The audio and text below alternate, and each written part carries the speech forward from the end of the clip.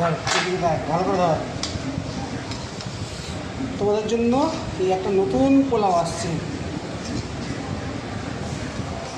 এটা চিকেনের সাথে খুব ভালো লাগে, চিকেন কষার সাথে খুব সুন্দর একটা পোলাও। যাদেরকে বলছিলাম যে নতুন একটা কিছু ট্রাই করব, তো আপনারা আজকে এটা ট্রাই করে দেখলাম যে না টেস্টফুল হবে। তো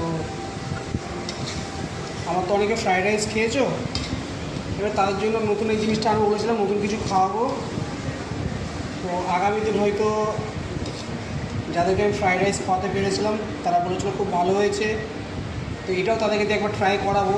অ্যান্ড তাদেরকে প্রথমত জাস্ট খাওয়াবো, যাতে তারা খেয়ে বলে যে জিনিসটা কেমন হয়েছে।